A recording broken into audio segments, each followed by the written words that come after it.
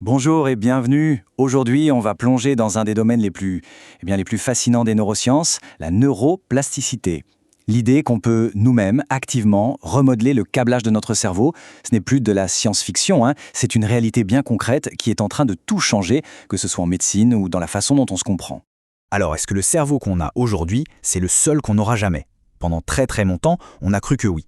Le cerveau adulte, c'était vu comme une structure figée, presque immuable. Mais ça, aujourd'hui, cette idée est complètement dépassée. La vraie question maintenant, c'est si notre cerveau peut vraiment changer, comment ça marche au juste. Et voilà le mot-clé, la neuroplasticité. C'est un peu le super pouvoir du cerveau. Et attention, il ne s'agit pas juste d'apprendre des trucs nouveaux. Non, on parle bien de la capacité physique du cerveau à se réorganiser, à se recabler. Chaque nouvelle compétence, chaque souvenir, même chaque pensée, ça modifie sa structure. Et c'est ce mécanisme qui est vraiment au cœur de tout ce qu'on va voir ensemble. Ok, donc si notre cerveau est si malléable, la question c'est comment est-ce qu'on peut le modeler intentionnellement? Pour commencer, jetons un œil à la boîte à outils externe, c'est-à-dire les technologies de pointe qui nous permettent d'interagir directement avec notre cerveau, surtout dans le domaine de la rééducation. Et c'est un véritable arsenal technologique qu'on a à notre disposition. On parle d'interface cerveau-machine, de robotique pour assister le mouvement, de réalité virtuelle ou augmentée, et même de stimulation cérébrale non invasive. Chacun de ces outils a sa propre façon, son approche unique pour pousser le cerveau à se réorganiser. Mais alors, comment une machine peut-elle lire les pensées? En gros, c'est un processus en 3 grandes étapes.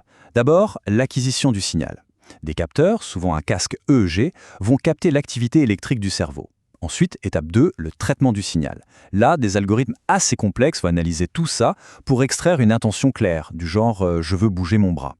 Et enfin, l'application. Cette intention est traduite en une commande pour, disons, un bras robotique. C'est vraiment un pont direct entre la pensée et l'action. Et tout l'intérêt, c'est ça. Pour quelqu'un qui a eu un AVC ou une lésion de la moelle épinière, le lien entre le cerveau et les muscles est parfois rompu. L'interface cerveau-machine, elle, crée un nouveau pont. En voyant un bras robotique bouger juste par la pensée, le cerveau reçoit un retour d'infos super puissant. C'est cette boucle intention, action, feedback qui va renforcer les circuits neuronaux et au final aider à la récupération. Il y a aussi d'autres techniques qui, elles, vont influencer directement l'activité des neurones. D'un côté, on a la TMS, la stimulation magnétique. C'est comme un scalpel magnétique hyper précis qui peut activer ou calmer de toutes petites zones du cerveau. De l'autre côté, il y a la TDCS, la stimulation à courant direct. Là, c'est plus comme une douche de courant très faible qui va agir sur les zones plus larges. Mais dans les deux cas, le but est le même, rééquilibrer l'activité entre les deux hémisphères du cerveau qui est souvent perturbée après une blessure. Et puis, il y a la réalité virtuelle. Ça, c'est un peu un terrain de jeu sur mesure pour le cerveau. On peut créer des environnements totalement sûrs, par exemple pour traiter des phobies, ou des exercices de rééducation qui sont beaucoup plus motivants. Et ce que les études montrent, c'est assez clair. Plus l'immersion est totale, avec un casque qui nous transporte vraiment ailleurs, plus les effets sur la plasticité du cerveau sont forts. Mais attention, la technologie, ce n'est qu'une partie de l'histoire. En fait, il y a une autre boîte à outils bien plus accessible, et peut-être même plus puissante encore. C'est celle qu'on a tous à l'intérieur. Notre propre esprit. Oui, le simple pouvoir de nos pensées peut sculpter notre cerveau, et de façon tout aussi concrète. Et tout repose sur cette phrase, qui est un peu la règle d'or de la neuroplasticité. Les neurones qui s'activent ensemble se lient ensemble. C'est ce qu'on appelle le principe de Hebb. En clair, à chaque fois qu'une pensée ou une action active une série de neurones, les connexions entre eux se renforcent. Et plus on répète, plus ce petit chemin de terre devient une véritable autoroute neuronale. Le truc, c'est qu'il faut bien comprendre que ce mécanisme est complètement neutre. C'est une arme à double tranchant. Le cerveau ne fait pas la différence entre une bonne et une mauvaise habitude. Si on pratique la gratitude, on renforce les circuits du bien-être. C'est super. Mais si on passe son temps à ruminer des pensées négatives, eh bien, on renforce les circuits de l'anxiété et du stress. Et les effets physiques sont bien réels. Penser négativement de façon chronique, ça met notre détecteur de menace, l'amygdale, en état d'alerte permanent. Ça affaiblit notre centre de contrôle rationnel, le cortex préfrontal, ce qui rend encore plus dur de sortir de la boucle. Et ça peut même, à terme, réduire la taille de l'hippocampe, qui est crucial pour la mémoire, tout en inondant le corps de cortisol, l'hormone du stress. Heureusement, et c'est la bonne nouvelle, ce processus marche dans les deux sens. Alors, comment on passe du problème à la solution?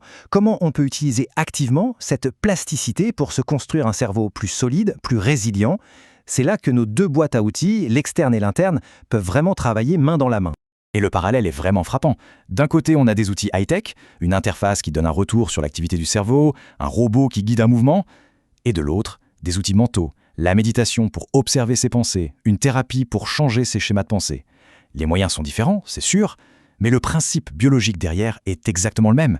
On utilise une expérience ciblée pour créer et renforcer de nouveaux chemins neuronaux, plus positifs. Alors concrètement, comment ça marche? Des pratiques comme la méditation ou la gratitude, ça va calmer le centre de la peur, notre fameuse amygdale. En même temps, ça renforce la connexion avec le cortex préfrontal, le grand chef rationnel. Ça peut aussi booster les niveaux de sérotonine et de dopamine, les hormones du bien-être, et même, tenez-vous bien, stimuler la production de BDNF, une protéine qu'on surnomme parfois l'engrais à cerveau. Et le champ d'application est immense et il continue de grandir. On ne parle pas juste de se remettre d'un AVC ou d'un traumatisme crânien, non. On parle aussi de traiter l'anxiété, le stress post-traumatique, la douleur chronique et même d'améliorer nos capacités cognitives de tous les jours. Tout ça, ça nous amène au seuil de nouvelles frontières absolument passionnantes. Cette capacité à modeler activement notre cerveau, ça ouvre des possibilités incroyables.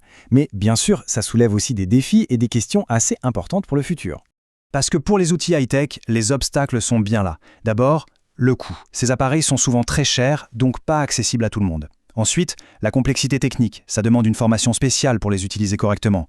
Et puis, leur disponibilité. Pour l'instant, c'est souvent limité aux grands centres de recherche. Et bien sûr, ça amène des questions éthiques fondamentales. Qu'est-ce qu'on fait de nos données cérébrales? C'est quand même l'information la plus personnelle qui soit. Comment on s'assure que tout le monde y a accès pour ne pas créer une société à deux vitesses? Et puis, où est-ce qu'on trace la ligne entre la thérapie, la réparation et l'amélioration pure et simple? Alors, si on devait retenir une seule chose, ce serait quoi? C'est que le mythe du cerveau figé est bel et bien mort. Notre cerveau est une matière vivante, dynamique, malléable. Et la découverte la plus folle, ce n'est pas juste qu'il peut changer, c'est qu'on a de plus en plus d'outils, qu'ils soient technologiques ou simplement mentaux, pour guider activement ce changement. Et ça nous laisse avec une question un peu vertigineuse pour l'avenir. Cette nouvelle capacité, celle d'être les architectes de notre propre esprit, c'est une opportunité immense, mais c'est aussi une responsabilité énorme. La question, ce n'est plus de savoir si on peut changer notre cerveau. La vraie question maintenant, c'est quel genre d'esprit on va choisir de construire.